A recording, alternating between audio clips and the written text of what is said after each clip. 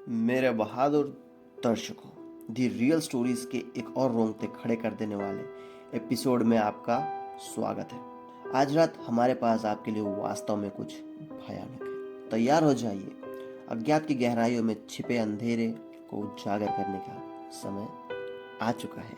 आज की कहानी हमें हमारे एक दर्शक मनीष जी ने भेजी है, जो इन्होंने अपने एक दोस्त के साथ घटना में शामिल थे। ऐसा कुछ हुआ, ये वहाँ पे थे, उन्हें उस चीज़ को एक्सपीरियंस किया और ये चीज़ वो हमें इस कहानी के थ्रू बताना चाहते हैं। तो आज मैं उन्हीं की दी गई स्टोरी को आपके सामने प्रेजेंट कर रहा हूँ। चाह रहा है और उसको लेने के लिए उसका भाई राहुल और उसका दोस्त मनीष एयरपोर्ट जाने की तैयारी कर रहे हैं। राहुल ने मनीष को फ़ोन किया। भाई कहाँ है, सुनना, जल्दी घर आ जा, भैया आ रहे हैं, 2 बजे उनकी फ़्लाइट है और हम चलते हैं उनको लेने। तब 10 मिनट में मैं घर पहुंच जाऊंगा भाई, और 1 घंटे में एयरपोर्ट चल जाएंगे, तू टेंशन मत ले, ऐसा मनीष ने कहा। अब दोपहर के 1 बज रहे हैं। कुछ देर बाद मनीष राहुल के घर पहुंचा। भाई तू बैठ, मैं फटाक से चाय बना के ले आता हूँ और दोनों साथ में बैठ के चाय पीते हैं। चाय पीने के बाद दोनों एयरपोर्ट की तरफ निकल पड़ते हैं। राहुल गाड़ी चला रहा था और मनीष बाई तरफ बैठा था। भाई कुछ रोमांटिक गाने बजा दे, मनीष ने ऐसा कहते हुए राहुल की ओर देखा और राहुल ने गाना चला दिया। दोनों जा ही रहे थे मस्ती में, तो रोहन कहता, भाई सुनना, प्यास लगी है। रोहन कहता है, भाई सुनना, थोड़ा प्यास लगी थी, कहीं चलते हैं तो कुछ रुक के खा पी लेते हैं। इतने में थोड़ा आगे जाने के बाद उन्हें एक जूस की स्टॉल दिखी। दोनों ने साइड में गाड़ी रुका दी, दोनों गए दुकान पे। भैया 2 ग्लास जूस बना दीजिए।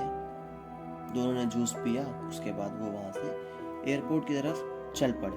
कुछ दूर गए ही थे कि अचानक उन्हें रोड के साइड में एक चमचमाती हुई, इतना देखने के बाद वो थोड़ी अजीब सी ही चमकती उसको देख के ये दोनों उसकी तरफ आकर्षित होने लगे। तो राहुल वहां जब पहुंचा तो राहुल ने गाड़ी रुकाई और गया वो चीज कुछ और नहीं, एक मंगलसूत्र थी। एक पुराना सा अजीब सा दिखने वाला मंगलसूत्र। उसने उसे उठा लिया।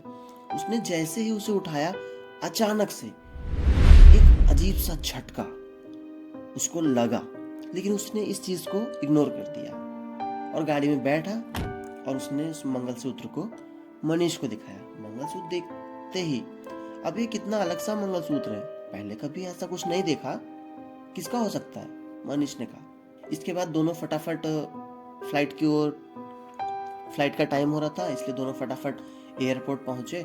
10 ही मिनट में उसके भैया भी वहां पहुंच गए थे। वो उनका इंतजार कर ही रहे थे कि अचानक से उनका भाई रोहन उनकी तरफ आता हुआ दिखा। तो उन दोनों ने दौड़ के भैया को गले लगा लिया, गए, थोड़ी बातें करी और फिर फटाक से सामान उठाया।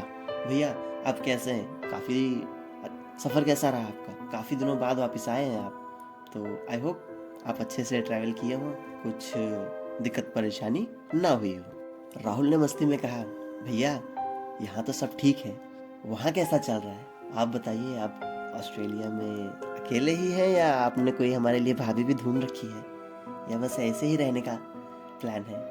नहीं यार, अभी भी तलाश जारी है, बस देखते हैं कुछ होता है कि नहीं, बस ऐसा कहते हुए उन्होंने अपने भाई की बात को इग्नोर कर दिया, टाल दिया। तब दोनों भाई आपस में चल ही रहे थे। और जो उनका फ्रेंड था उसने लगेज उठा लिया, सबने आपस में लगेज शेयर किया, सीधा आके गाड़ी में बैठ गए। इस बार मनीष गाड़ी चला रहा था और थोड़ा सा आगे जाते ही उसे याद आया, भैया ये देखिए, हमें आज आते आपको जब हम लेने आ रहे थे तो हमें ये सोने का मंगलसूत्र मिला, पुराना सा था, बहुत अलग सा दिखाई रहा था। ठीक कहा तुमने, मैंने भी ऐसा मंगलसूत्र कभी नहीं देखा, रोहन ऐसा कहता है, मगर वे इस बात से अनजान थे कि इस मंगलसूत्र ने बहुत से घरों को उजाड़ा है और जो उनके साथ होने वाला है वो उन्होंने पूरी जिंदगी में भी नहीं सोचा होगा। चलते चलते अचानक राहुल ने गाड़ी को रोक दिया। पता नहीं भैया, लगता है मेरी तबीयत खराब हो रही है, अचानक से मेरा सिर फटा जा रहा है, पता नहीं मुझे ऐसा क्या हो गया। भैया आप गाड़ी ना आप ही चलाइए, मैं थोड़ा सा आराम कर लेता हूँ, ऐसा राहुल ने कहा और वो आकर पीछे बैठ गया। ठीक है, तो गाड़ी मैं चला लेता हूँ, उसके बाद रोहन ने कहा और वह गाड़ी चलाने लग गए। राहुल अजीब सी हरकतें करने लगा, उसे समझ ही नहीं आ रहा था कि उसके साथ क्या हो रहा है। एकदम से लगा कि उसने उल्टी होने वाली है और वह तभी रोहन भैया से कहा, रोहन भैया, भैया जल्दी से गाड़ी रोक दीजिए, मुझे उल्टी आ रही है। इतना कहते ही रोहन तुरंत गाड़ी रोक देता है और वह नीचे उतरकर जोर जोर से उल्टियाँ करने लगता है। राहुल जोर जोर से उल्टियाँ करने लगता है और उसकी तबीयत और खराब होते जा रही थी। उसे ऐसी हालत में देखकर मनीष हैरान हो गया और मन ही में सोचने लगा, यार आते टाइम तो सब सही था, लेकिन उसको अचानक से क्या हो गया। रोहन से उसकी हालत देखी नहीं जा रही थी। रोहन का भाई इतना सीरियस होते जा रहा था कि उसको ये सहा नहीं जा रहा था। उसने गाड़ी घुमाई और सीधा हॉस्पिटल चले गए। वहाँ डॉक्टर को लगा कि ये नॉर्मल है, बट उन्हें पता नहीं था, उनकी समझ में ही नहीं आ रहा कि हो क्या रहा है। उस पर कोई दवाई काम नहीं कर रही है, वो एकदम पागलों की जैसा हरकत करने लगा। जब डॉक्टर्स ने उसे इंजेक्शन देने की कोशिश की तो वह चिल्लाने लगा, कोई मुझे मारने की कोशिश कर रहा है, और जोर जोर से चिल्लाने लगा, छोड़ दो, मुझे घर जाना है, मुझे मत मारो, बचाओ मुझे, ये लोग मुझे मार डालेंगे, भैया मुझे बचाइए, ये लोग मुझे मार डालेंगे। और तभी अचानक से मनीष के मन में यह आया, यार आते टाइम तो सब बढ़िया था, अचानक ऐसा हुआ जब से वो मंगलसूत्र हमें मिला। पता नहीं कैसे अचानक से 15 मिनट में ये इतना ज्यादा सीरियस हो गया, क्या बात है। कुछ तो बड़ी बात है उस मंगलसूत्र में। रोहन एक मॉडर्न टाइम का लड़का था, वो इस बात पे विश्वास नहीं कर रहा था। ये कैसी बात कर रहे हो मनीष, भला इस मामूली से मंगलसूत्र में ऐसा क्या हो गया जो ऐसा तुम कह रहे हो। ऐसा कहना अच्छी बात नहीं है, मैं मानता हूँ कि तुम्हें राहुल की चिंता है, लेकिन ये ठीक नहीं है। रोहन ने कहा, भैया भले आप इन बातों का विश्वास ना करें, मगर मुझे यही लगता है। मनीष ने ऐसा कहा। उन्हें इस बात का अंदाजा भी नहीं है कि ये तो सिर्फ शुरुआत है और आगे उनके साथ और भी भयानक घटनाएं घटने वाली हैं। जब राहुल अजीब अजीब सी हरकतें करने लगता है तो डॉक्टर को लगता है कि यह किसी को भी चोट पहुंचा सकता है, इसलिए वो उसे बेहोशी का इंजेक्शन दे देते हैं। आपको इसे किसी दिमाग के डॉक्टर को दिखाना चाहिए, क्योंकि ये दिमागी तौर पर बीमार लग रहा है। हमने इससे पहले ऐसा कोई भी केस नहीं देखा है, ऐसा डॉक्टर कहता है। क्या आप किसी ऐसे डॉक्टर को जानते हैं जो मेरे भाई का इलाज कर सके, ऐसा रोहन ने कहा। मेरे दोस्त डॉक्टर अग्रवाल, इस मामले में वो आपकी पूरी मदद कर सकता है। ये लीजिए उनका कार्ड और उनसे जाकर मिल लीजिए, इससे पहले कि बहुत देर हो जाए, ऐसा डॉक्टर ने कहा। इतना सुनते ही रोहन और मनीष दोनों उठे और गाड़ी में अपने भाई को ले जाके बैठाया और सीधा वो डॉक्टर अग्रवाल के पास चले गए। वहां जाने के बाद उन्होंने इस घटना के बारे में उनको बताया। डॉक्टर ने उसे हिप्नोटाइज करा और उससे जानकारी निकलवाने की कोशिश की, पर कुछ खास पता नहीं चला। हमें इसे यहाँ कुछ दिन तक रखना होगा ताकि हम इसकी बीमारी का इलाज कर सकें, पता लगा सकें कि ये जो समस्याएं इसके साथ हो रही हैं वो किस रीजन से हो रही हैं। ठीक है डॉक्टर साहब, आपको जैसा सही लगे आप वैसा कीजिए, बस मेरे भाई को जल्दी से जल्दी ठीक कर दीजिए, ऐसी हालत मुझसे देखी नहीं जा रही है, ऐसा कहते हुए रोहन ने कहा। वे लोग उसका दाखिला करा ही दिए थे और वो वहाँ से बाहर निकल ही रहे थे कि तभी अचानक रोहन की माँ का फ़ोन आया। हेलो बेटा, आप क्या कर रहे हो, कहाँ हो अभी तक, इतना देर से आने वाले थे, कुछ हुआ है क्या। इतना कह के माँ चुप हो गई। रोहन, माँ हम आ तो गए हैं, हम घर आ ही रहे थे, लेकिन अचानक राहुल की तबीयत खराब हो गई और हम उसे हॉस्पिटल में लेके आए हैं एडमिट करने। क्या तबीयत खराब हो गई, ये कब हुआ। वो सुबह यहाँ से गया था तो एकदम ठीक था, ऐसा क्या हो गया कि एक दो घंटे के अंदर ही इतना ज्यादा बीमार हो गया कि आप उसे हॉस्पिटल लेके गए हो। आप कौन से हॉस्पिटल में हो बच्चा, आप मुझे बताओ, मैं वहीं पे आ रही हूँ। नहीं माँ, आप मत आइए, हम यहाँ पे हैं, हम उसका ख्याल रख लेंगे, आप बिल्कुल परेशान ना होइए, ऐसा रोहन ने कहा अपनी माता से। मनीष को बेचैनी सी हो रही थी। उसे समझ ही नहीं रहा था कि ये हो क्या रहा है, और उसके दिमाग में कुछ ना कुछ ख्यालात आ ही रहे थे। अचानक उसने मन में पता नहीं क्या आया और उसने जेब से फ़ोन निकाला और उस मंगलसूत्र की फ़ोटो क्लिक करके गूगल पे सर्च करी। जैसे उसने ये चीज़ सर्च किया, उसको पता चला कि यह मंगलसूत्र लगभग आज से 300 साल पुराना भानुगढ़ की राजकुमारी रूपाली के लिए स्पेशली उसके पिताजी ने राजा राम सिंह जी ने बनवाया था। यह देखकर वो हैरान हो गया कि इतना पुराना और कीमती मंगलसूत्र किसी ने सड़क पे क्यों फेंक दिया, और उसका शक बढ़ने लगा। तब उसने शहर की सबसे बड़ी लाइब्रेरी में जाने का फैसला किया ताकि वह वहां जाकर उस मंगलसूत्र के बारे में कुछ पता लगा सके, उसको जानकारी मिल सके। तभी वह रोहन भैया से बोला, रोहन भैया, मैं कुछ जरूरी काम से जा रहा हूँ, आप राहुल का ध्यान रखिए, कुछ भी जरूरत पड़े आप मुझे तुरंत फ़ोन करना, मैं वहाँ तुरंत आ जाऊँगा। इतना कहकर वो लाइब्रेरी की तरफ चल दिया। लाइब्रेरी वहाँ से ज़्यादा दूर नहीं थी, इसलिए वो 10 मिनट के अंदर ही वहाँ पहुँच गया। लाइब्रेरी में पहुँचने के बाद जैसे ही उसने एंट्रेंस पे एंट्री ली, वहाँ पे एक बुजुर्ग आदमी था। उसने उसको देखा और पूछा, क्या हुआ बेटा, तुम बहुत ज़्यादा परेशान लग रहे हो। मनीष ने उस बूढ़े व्यक्ति से पूछा कि दादा आप कौन हैं। तो उस व्यक्ति ने बताया कि मैं इस लाइब्रेरी का केयर टेकर हूँ, मैं यहाँ पे काम करता हूँ, अगर आपको किसी भी चीज़ की ज़रूरत हो तो आप मुझे बता सकते हो, ऐसा बूढ़े व्यक्ति ने कहा। तब मनीष ने अपनी जेब से फ़ोन निकाला और उनको पूछा, बाबा आप इस मंगलसूत्र के बारे में, इस चीज़ के बारे में आप जानते हैं। तो जैसे ही उस व्यक्ति ने उस फोटो को देखा, वो अचानक से डर गया, उसके चेहरे पे डर का एक भाव आ गया, पसीने पसीने आने लगे उसको। वो डर के मारे बोला, बेटा ये इसके बारे में तुम्हें क्या जानना है। वो अचानक घबराहट में आ गया।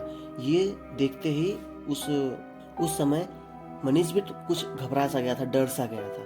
फिर उस दादा ने किसी तरह से हिम्मत जुटाई और उन्हें बताया कि बेटा ये खूनी मंगलसूत्र है, इसके बारे में बहुत बदनामियां हुई हैं, ये बहुत ही ज़्यादा खराब चीज़ है, तो इसके बारे में तुम्हें क्या जानना है। तो मनीष ने बताया कि ऐसा ऐसा दिक्कत हो गई है, मेरा दोस्त है जिसकी तबीयत अचानक से ख़राब हो गई है। ये कहने के बाद ही वो उनको बताया। जैसे उन्होंने इस बात को मनीष ने उस बात को कंप्लीट किया, दादा सीधा गए लाइब्रेरी के मेन ऑफिस में, वहाँ से एक बक्सा लेके आते हैं। बक्सा बक्सा ये बक्सा क्यों लेके आ रहे हैं, ऐसा मनीष के माइंड में ख्याल आया। बक्सा क्यों लेके आ रहे हैं। जैसे ये बक्सा वो सामने ला के दादा रखे, उन्होंने मनीष ने सीधा उसको ओपन किया और उसके अंदर एक बुक मिली। बुक तब दादाजी ने मनीष को बताया कि यह बुक है, इसका नाम रूपाली है, और इस मंगलसूत्र के बारे में इसी बुक में सारी की सारी चीज़ें मिल जाएंगी। बेटा तुम्हें लेकिन इस चीज़ का ध्यान रखना है कि तुम्हें चाहे जो भी करना हो, जैसे भी करना हो, लेकिन तुम्हें ये सारी की सारी चीज़ें 1 हफ्ते के अंदर ही करनी है, 7 दिन के अंदर, वरना ये लॉकेट जिस किसी के पास भी होता है वो 7 दिन के अंदर ही मर जाता है। ऐसा कहते ही दादा उसको बता और बोले कि बुक लेके जा। और ये सुनते ही मनीष को एकदम झटका सा लगा और वो बोला, चाहे जो भी हो जाए मैं अपने दोस्त को कुछ नहीं होने दूंगा, चाहे जो हो जाए। जब मनीष को किताब मिली तो वो उसे सीधे बेंच पर ले जाकर बैठ गया, और जब उसने पुस्तक खोली तो वो एकदम हैरान रह गया, क्योंकि पहले ही पेज पे एक लड़की का चित्र था और उसके गले में सेम वही मंगलसूत्र था जो आज राहुल को मिला था। और आगे उसने किताब पढ़ना शुरू किया। आज से 300 साल पहले एक राज्य था जिसका नाम भानुगढ़ था, जहाँ के राजा का नाम राजा राम सिंह था। वह बहुत ही दुखी था क्योंकि उसके विवाह के 15 साल बाद भी उसको संतान की प्राप्ति नहीं हुई थी। तब उसने अपने राज्य में एक समारोह का आयोजन किया जिसमें सभी ऋषि मुनियों को निमंत्रण भेजा गया, इस उम्मीद में कि वो आएंगे और वो उनके आशीर्वाद से इस समस्या का समाधान होगा। और उसने अपने महल में सारे शाही इंतजाम करवा दिए थे। जब ऋषि मुनि उस दिन पधारे वहां पर, तो उन्होंने इस घोषणा के जरिए अपना दुख बताया और उनसे निवेदन किया कि वे इस समस्या का हल करें। तो उसमें से एक बहुत ही विद्वान ऋषि मुनि केशव जी, श्री केशव जी, वो बाहर आए। उन्होंने बताया, हे राजन, तुम्हें संतान की प्राप्ति के लिए एक यज्ञ करना पड़ेगा। यह यज्ञ बहुत ही ज्यादा प्रभावशाली है, इससे आपकी समस्या का समाधान होगा और आपको एक बहुत ही प्रतिभावान पुत्री की प्राप्ति होगी और इस राज्य का कल्याण होगा। ये सुनकर राजा राम सिंह बहुत ही ज्यादा खुश हुए और बोले, जैसा आप कहेंगे वैसा ही होगा श्रीमान। किंतु राजा का एक भाई था जिसका नाम मोहन चंद था। जो बिल्कुल नहीं चाहता था कि उनको संतान की प्राप्ति हो, क्योंकि वह इस राज्य को हड़पना चाहता था और खुद राजा बनना चाहता था। मगर वो अभी कुछ नहीं कर सकता था, क्योंकि अगर वह कोई भी कदम उठाता तो राजा और प्रजा उसके खिलाफ हो जाती। इसलिए वो शांत रहा। कुछ दिन ऐसे ही बीत गए और वो शुभ मुहूर्त का दिन आ गया, जिसका राजा और प्रजा को बेसब्री से इंतजार था। केशव जी, ऋषि केशव जी भी उस दिन महल पहुंचे और उन्होंने राजा को आदेश दिया कि महल में सारी चीजों की तैयारियां हो गई हों तो इस यज्ञ को आरंभ किया जाए। यज्ञ आरंभ हुआ और विधि पूर्वक संपन्न भी हो गया। सब बहुत खुश थे। राजा भी खुश था, केशव जी भी खुश थे। राजा ने केशव जी को धन्यवाद किया और अपने ही महल में कुछ दिन रहने का निमंत्रण दिया, आग्रह किया कि आप यहाँ कुछ दिन रुक जाइए। समाज का कल्याण हो सके, इसके लिए मुझे कुछ बहुत ही जरूरी काम करने हैं, ऐसा श्री केशव जी ने कहा। और यह कहकर उनसे विदा ली और उनसे कहा कि जिस दिन आपको संतान की प्राप्ति होगी तो मैं उस दिन जरूर आऊंगा और अपना आशीर्वाद भी उन्हें दूंगा। ये कह के वो यहाँ से चले गए। समय बीतता गया, धीरे धीरे 9 महीने बीत गए और आखिर वो दिन आ ही गया जिसका प्रजा और राजा दोनों को बेसब्री से इंतजार था। राजा के घर एक बहुत ही सुंदर कन्या ने जन्म लिया। पूरा महल ढोल नगाड़ों की गूंज से भरा हुआ था। राजा ने पूरे राज्य में दान की घोषणा की और पूरे राज्य में सोने चांदी के सिक्के बंटवाए। राजा ने फिर से केशव जी को निमंत्रण भेजा और नामकरण के समारोह के लिए आयोजन किया। आयोजन में सभी ऋषि मुनि, सभी प्रजा, सभी लोग आए। केशव जी की जो पुत्री थी उनका नामकरण किया गया। राजा ने केशव जी के आग्रह पर, केशव जी आप हमारी पुत्री का नामकरण कीजिए। राजा ने केशव जी का आग्रह किया। केशव जी ने उसका नाम रूपाली रखा और कहा कि इसका जन्म राज्य के लिए बहुत शुभ है। और ऐसा ही हुआ। राज्य में सुख समृद्धि बढ़ती ही गई। जैसे जैसे समय बीतता गया रूपाली भी बड़ी होती रही। वह बहुत ही नटखट और शरारती थी, जिसे लोग सब उसे बहुत प्यार करते थे। वह धीरे धीरे ऐसे ही 20 साल बीत चुके थे। अब रूपाली बड़ी हो चुकी थी और बहुत ही ज्यादा सुंदर थी। वह एकदम अप्सरा की तरह दिखती थी। जैसे उसकी सुंदरता, उसके बाल, उसकी आंखें, उसकी पलकें, सारी चीजें एक अप्सरा की भांति नजर आती थी। घुंघराले बाल, बहुत ही सुंदर थी वह। फिर हुआ क्या, एक दिन रूपाली अपनी सहेलियों को लेके बिना किसी को महल में बताए वो चुपचाप निकल गई जंगल की तरफ घूमने। और घूमते घूमते और मस्ती में वह जंगल के भीतर चली जा रही थी। वो धीरे धीरे काफी दूर चली गई, काफी अंदर चली गई। जंगल काफी घना हो गया और अचानक वह धीरे धीरे डरने लगी और रास्ता भूल गई। तब वह जाना तो चाहते थे पर उसे समझ नहीं आता कि वो क्या करे, कहाँ जाए। और अचानक से उनके सामने एक शेर आ गया और डर के मारे वो सब चिल्लाने लगे। शेर लगातार उनकी तरफ बढ़ रहा था।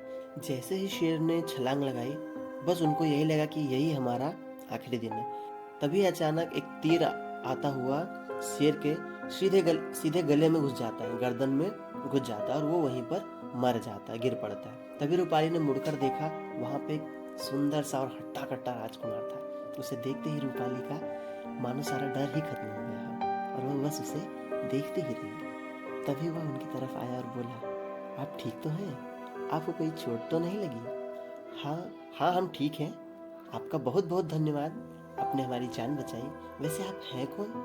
रूपाली ने कहा, मेरा नाम वैभव है और मैं यहाँ शिकार के लिए आया था, ऐसा राजकुमार ने कहा। और राजकुमार ने उन सभी को महल की तरफ लेकर निकल गए। यहाँ पे महल में भी तब तक सभी को पता चल चुका था कि राजकुमारी नहीं है और इस चीज को लेकर सब बहुत ज्यादा चिंतित थे। तभी अचानक वैभव रूपाली को लेकर महल पहुंचा। रूपाली को वहां देखकर राजा की जान में जान आई।